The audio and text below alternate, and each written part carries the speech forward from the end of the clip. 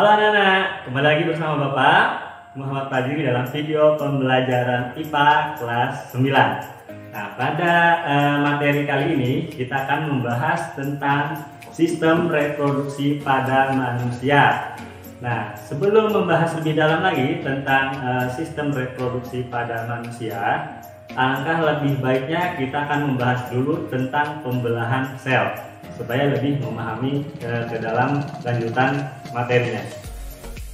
Oke, sebelumnya kalian pasti sudah tahu bahwa manusia pada awalnya itu memiliki cuma satu sel. Nah, sel tersebut mengalami pembelahan sehingga manusia dewasa akhirnya memiliki kurang lebih jumlah sel yaitu 200 triliun sel. Nah, apakah kalian bisa menjelaskan mengapa sel tersebut membelah? Tidak bisa? Oke, akan kita cari jawaban yang sama-sama.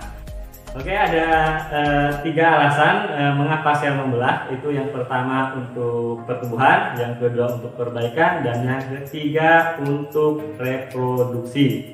Kita bahas dulu yang pertama, yaitu untuk pertumbuhan. Pertumbuhan adalah salah satu ciri-ciri dari makhluk hidup. Nah, pertumbuhan sendiri ini diakibatkan dari sel yang membelah. Perlu kalian ketahui, banyaknya sel pada suatu makhluk hidup itu menentukan besarnya ukuran makhluk hidup itu sendiri. Oke, yang kedua, mengapa sel itu membelah? Alasannya adalah untuk perbaikan. Nah, pernahkah kalian mengalami luka di salah satu bagian tubuh kalian? Tentu pernah kan? Nah, kalau kalian luka, perlu berapa lama untuk luka itu sembuh kembali atau menutup kembali? Pasti memerlukan waktu yang cukup lama. Nah, luka tersebut diakibatkan karena rusaknya jaringan kulit di tubuh kalian tersebut.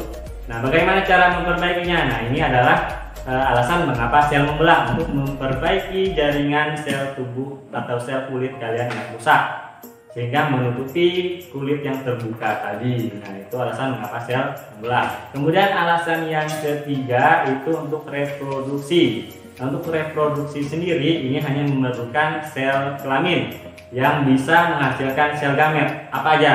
Itu sel telur dan juga sel sperma. Nah, untuk sel telur dan sel sperma ini terbentuk dari pembelahan sel tadi. Oke, untuk alasan mengapa sel itu membelah sudah diketahui tadi ada 3. Yang pertama untuk pertumbuhan, yang kedua untuk perbaikan, dan yang ketiga untuk reproduksi. Nah, untuk pembelahan sel sendiri ini ada 2 jenis, yaitu pembelahan mitosis dan pembelahan meiosis. Kita bahas dulu yang pertama, yaitu pembelahan mitosis. Pembelahan mitosis merupakan pembelahan sel-sel tubuh atau somatik makhluk hidup. Contohnya pada sel kulit, sel darah, dan sel saraf. Nah, pada pembelahan sel ini menghasilkan 2 sel anakan yang jumlah kromosomnya sama dengan jumlah kromosom induknya. Misalkan, apabila sel anakan ini memiliki sel kromosom 2N, maka akan sama dengan jumlah sel kromosom induknya, yaitu 2N, atau bersifat diploid. Apa itu diploid? Diploid adalah keadaan suatu sel yang memiliki kromosom berpasangan. Sedangkan kromosom itu sendiri merupakan materi genetik yang berperan dalam proses penurunan sifat atau pewarisan sifat. Nah, pada pembelahan mitosis ini, pembelahan ini merupakan pembelahan yang berkesinambungan dan terdiri dari 4 fase. Yang pertama ada profase, yang kedua ada metafase, yang ketiga ada anafase, dan yang terakhir keempat ada telofase. Nah, untuk lebih jelasnya lagi tentang fase-fase pada pembelahan mitosis ini, silahkan kalian perhatikan video berikut. Fase profase. Pada fase ini, kromosom di dalam inti sedang mengalami penggandaan.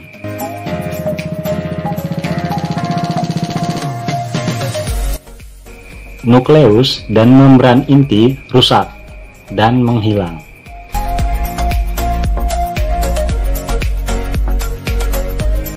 Sentriol membelah menjadi 2 bagian dan bergerak ke arah kutub yang berlawanan. Setiap sentriol menuju ke benang-benang silinder. Fase metafase. Pada fase ini, membran inti melebur. Sekarang lihat, melebur. Kromosom berkumpul di bidang ekuator yang ada di tengah sel.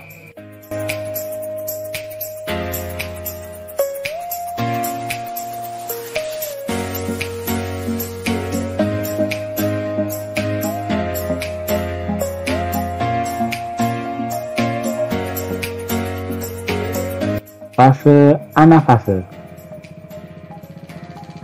Nah, pada fase ini kromosom bergerak menuju ke kutub yang berlawanan. Bisa kalian lihat, pada akhir anafase, kedua kutub sel memiliki jumlah kromosom yang sama.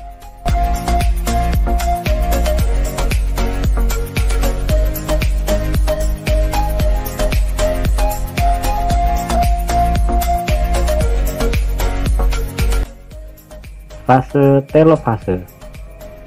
Pada fase ini, membran inti mulai kembali bergabung, membentuk dua sel anakan yang sifatnya diploid. Sitokinesis. Sitokinesis merupakan tahap akhir dalam pembelahan mitosis. Pada sitokinesis, terbentuk cincin pembelahan yang berfungsi membagi sitoplasma sehingga terbentuk dua sel anakan.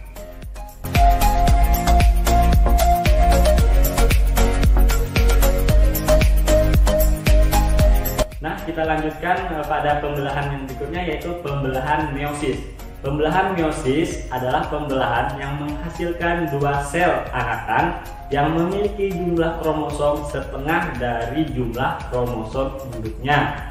Contoh, misalkan sel kromosom induknya memiliki jumlah 24 buah, maka jumlah kromosom anakannya itu setengah dari induknya, yaitu 12 kromosom. Nah, contohnya seperti itu. Nah, untuk pembelahan meiosis sendiri, fase-fasenya kurang lebih sama seperti fase-fase di pembelahan mitosis. Hanya saja dia berkelanjutan pada sel anakan. Jadi fase-fasenya sebagai berikut. Yang pertama itu ada profase 1, yang kedua itu ada metafase 1, kemudian anafase 1 dan telofase 1. Nah, setelah menghasilkan dua sel anakan pada fase telofase 1, anakan tadi akan membelah lagi sehingga membuat fase-fase baru yang dilanjutkan dengan yang pertama fase profase 2, kemudian lanjut ke metafase 2, kemudian anafase 2 dan terakhir telofase 2. Dan kromosom pada sel ini bersifat haploid. Nah, apa itu haploid? Haploid adalah keadaan sel yang memiliki kromosom tunggal atau setengah dari jumlah kromosom induknya. Sekian video pembelajaran pada kesempatan kali ini. Untuk tugas-tugasnya Bapak sisipkan di akhir video pembelajaran, kalian kerjakan dan dikumpul. Demikian video hari ini. Sampai jumpa di video-video pembelajaran selanjutnya. Sampai jumpa.